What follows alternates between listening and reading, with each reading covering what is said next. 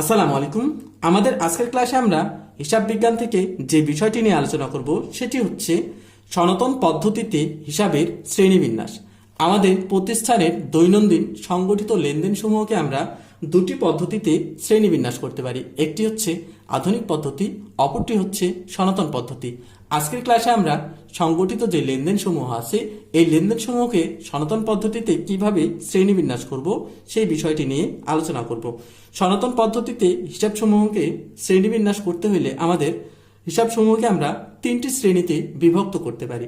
প্রথমটি হচ্ছে আমাদের সম্পত্তিবাচক হিসাব, দ্বিতীয়টি হচ্ছে আমাদের ব্যক্তিবাচক হিসাব, তৃতীয়টি হচ্ছে আমাদের নামিক হিসাব। আমরা আজকে শিখব আমাদের হিসাব সমূহ যখন আমরা শ্রেণীবিন্যাস করব কোন হিসাবটি কোন শ্রেণীর মধ্যে যাবে সেই বিষয়টি। প্রথমটি যদি আমরা দেখি তাহলে প্রথমটি হচ্ছে আমাদের সম্পত্তিবাচক হিসাব। আমরা আমাদের প্রতিষ্ঠানের যে সম্পদসমূহ থাকে এই সম্পদসমূহকে আমরা সম্পত্তিবাচক হিসাবের মধ্যে অন্তর্ভুক্ত করব।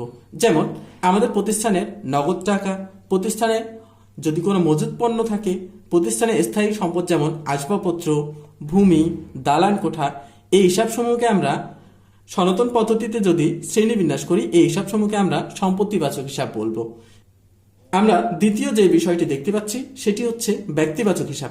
আমরা ব্যক্তিবাচক হিসাবের মধ্যে কোন কোন হিসাবসমূহকে অন্তর্ভুক্ত করব প্রথমে যদি আমরা লক্ষ্য করি তাহলে দেখব আমাদের বলা ছিল প্রাপ্য হিসাব অথবা দেনাদার। প্রাপ্য হিসাব অথবা দেনাদার একজন ব্যক্তি, তাই প্রাপ্য হিসাব অথবা দেনাদারকে আমরা ব্যক্তিবাচক হিসাবে চিহ্নিত করব।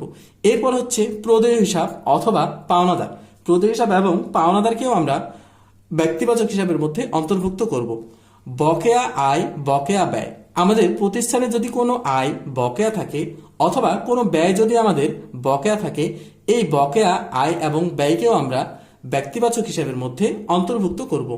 অগ্রিম আয়, অগ্রিম ব্যয়। আমাদের প্রতিষ্ঠানে কোনো আয় যদি আমরা অগ্রিম নিয়ে রাখি এবং কোনো ব্যয় যদি আমরা অগ্রিম প্রদান করে থাকি এটিকেও আমরা ব্যক্তিবাচক হিসাবের অন্তর্ভুক্ত করব।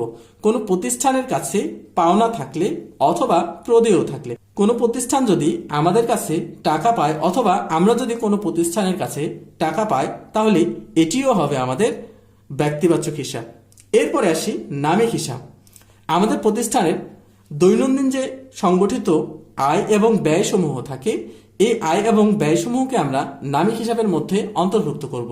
যেমন আমরা যদি কোনো একটি প্রতিষ্ঠানে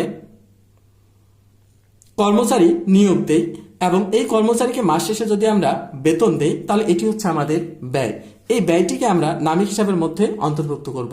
এছাড়া প্রতিষ্ঠানের ভাড়া যদি প্রদান করে থাকি এই ভাড়াটিও হচ্ছে আমাদের ব্যয়, এটিকেও আমরা নামিক হিসাবের মধ্যে অন্তর্ভুক্ত করব। অর্থাৎ প্রতিষ্ঠানের সকল প্রকার আয় এবং ব্যয়সমূহকে আমরা নামিক হিসাবের অন্তর্ভুক্ত করব।